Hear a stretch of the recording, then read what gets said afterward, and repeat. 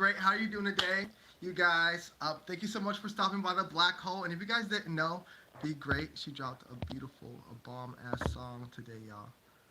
Yes, Road to Riches. Road to Riches. You guys need to go check that out. If you guys haven't heard it, of course, me and Be Great go way back. Check out our music. Check out the catalog. You already know on the music channel. Me and Be Great. Who else do you see as a feature, bro? I'm trying to tell you, she goes hard.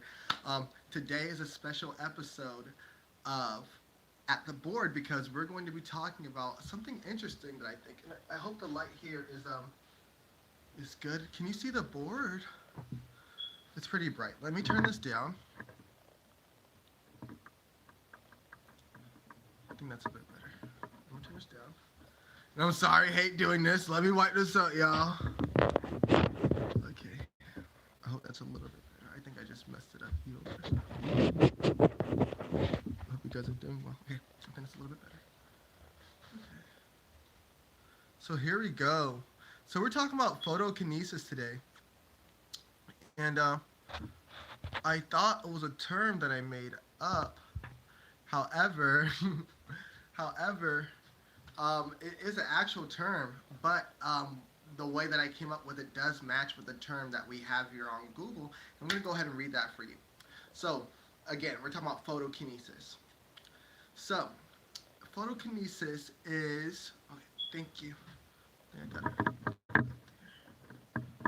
Thank you. Okay. Hope it's just a little bit better. When I move out the way, it'll be good. So we're gonna try to get into that. Thank you.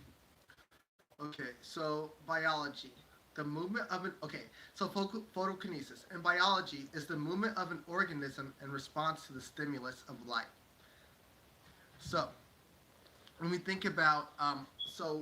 the way I came up with this topic was because I was thinking about photokinesis. The imagination is such a wonderful thing.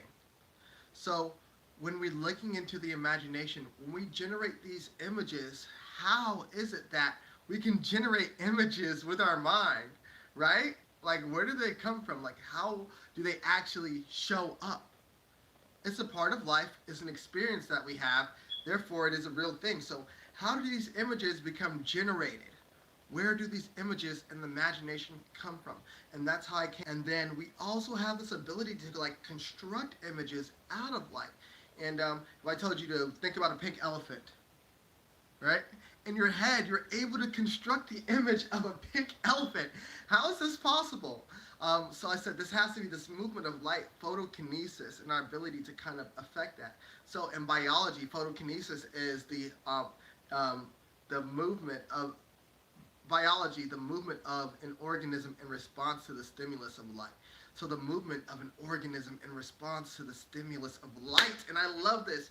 This is because when we can bring these light images to ourselves, then the movements that we can create, the pathways, the imaginations, the creations that we're able to make out of these, out of our photokinetic abilities, allow us to make movements towards that.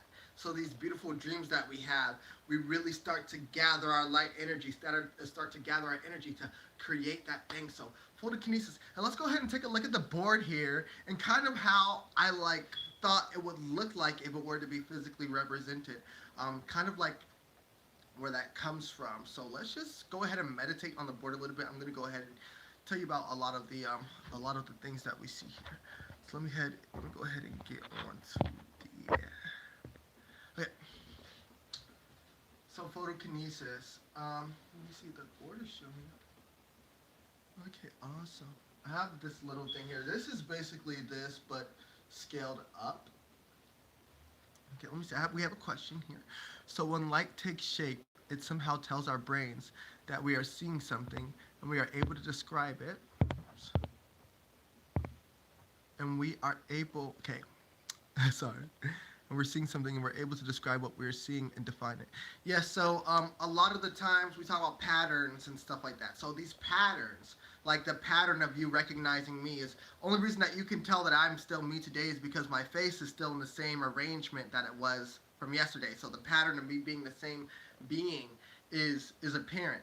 So when you look at these patterns and pictures and images, what makes a thing is that we can identify that thing because of the consistency of its patterns.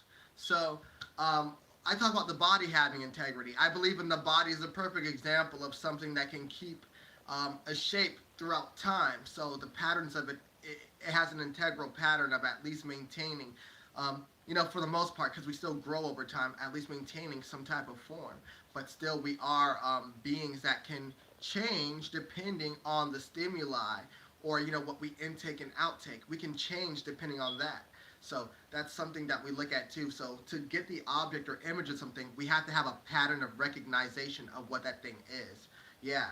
Yeah, for like a chair or something, we can tell a chair is a chair because it has 4 legs. So like, yeah, so we like, okay, that's a chair. And we sit on it. So those patterns of how we use it, yeah, repetition creates an image. So yes, exactly.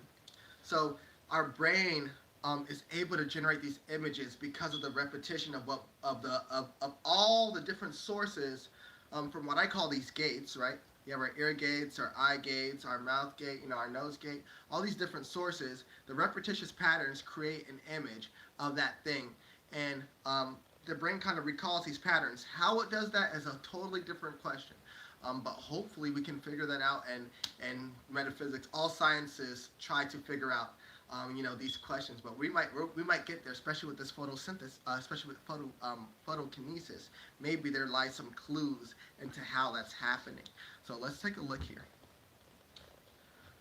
So right here we have a brain, and we have two eyes. I was watching this video about, and I know a lot of us here on this channel are very knowledgeable about the mind and what. Hold on, y'all. I got a new toy, right? So look, we got this today, y'all. We got a little boo boo boo boo boo. So we can do this. Let me go behind the board real quick. All right. So look. Okay. So this right here, yes. Okay, this right here represents the pineal gland, and the pineal gland actually has a filament. It actually has a filament for light receptors, and it actually has the same cones. So in our eyes, we have a red, green, and blue cone. Those cones are what help us see the spectrum of colors that we see. The same way that a TV has red, green, and blue.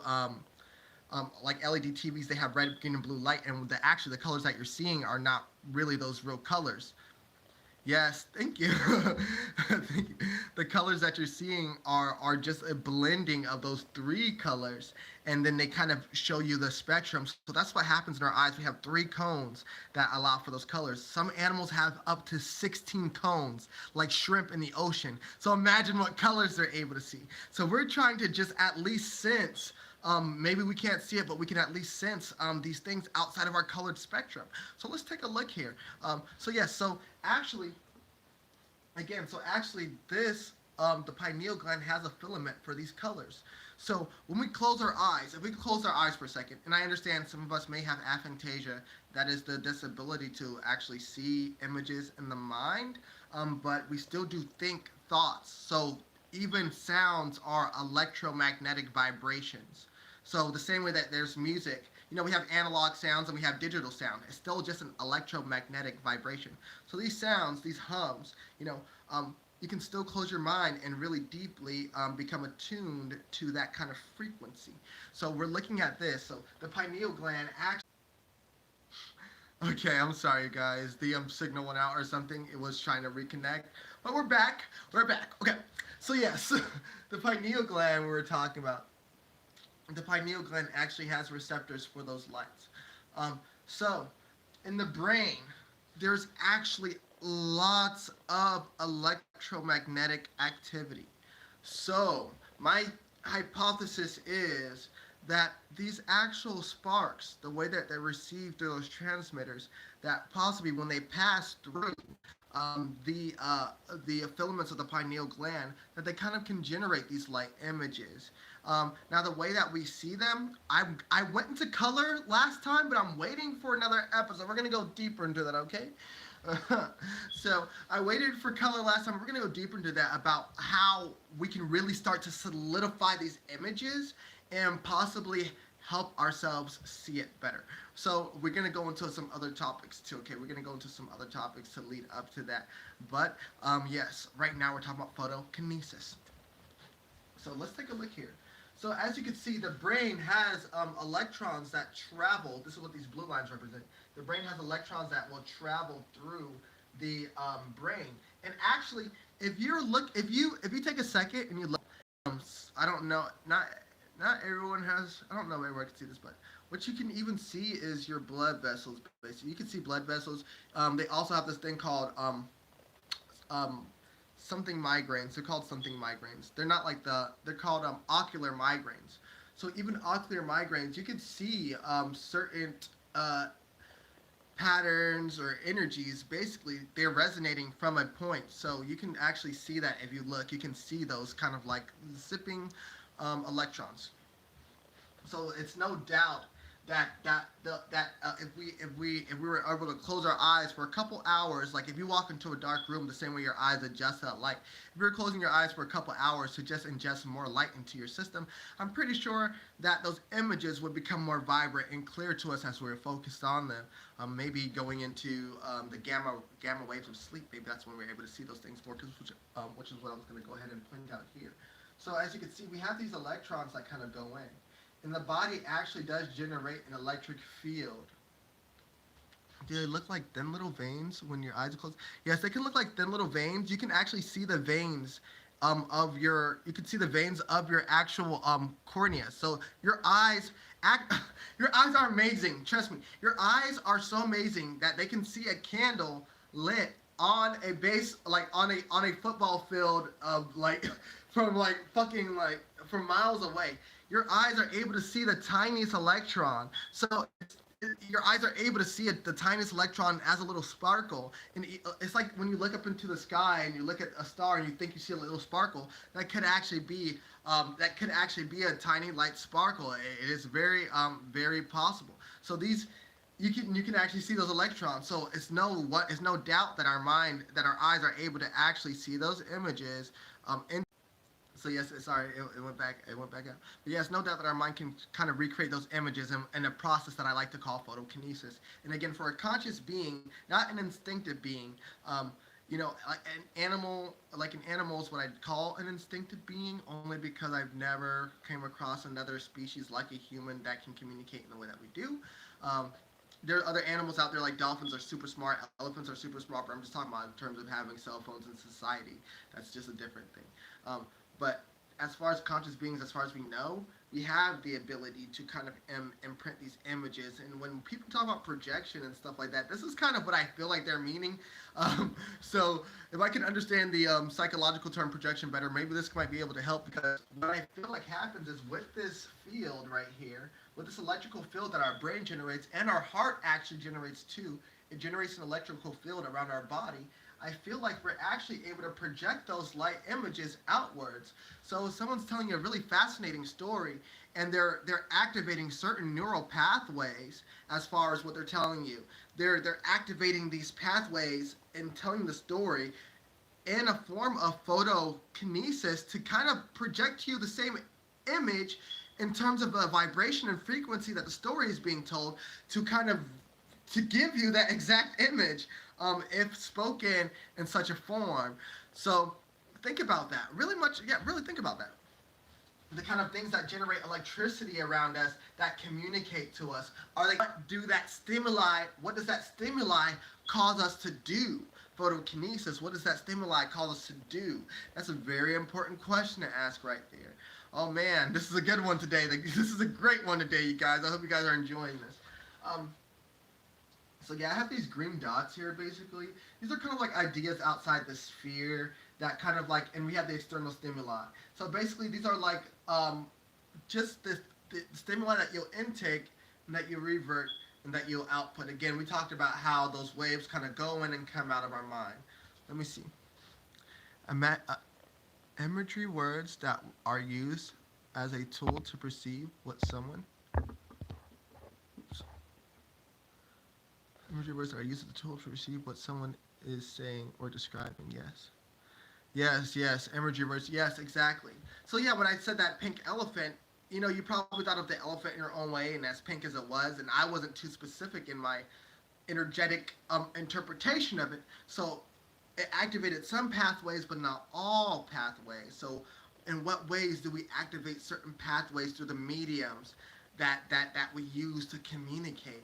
So this is very interesting, and that takes awareness and it takes attention to what you're trying to kind of sort of describe. So the more specific you are, kind of the better this photo. Yes, remembering. So, yes, the more specific you are, the kind of the better this image comes together. The more solid it can be, in terms of the density of the understanding of that thing. So it's a really awesome way to kind of start generating these beautiful images. I would say a new art form. The more you remember, the more you can put the image together. Yes, yes. And remembering as far as sensing. Yes, when you remember something, you know how it feels.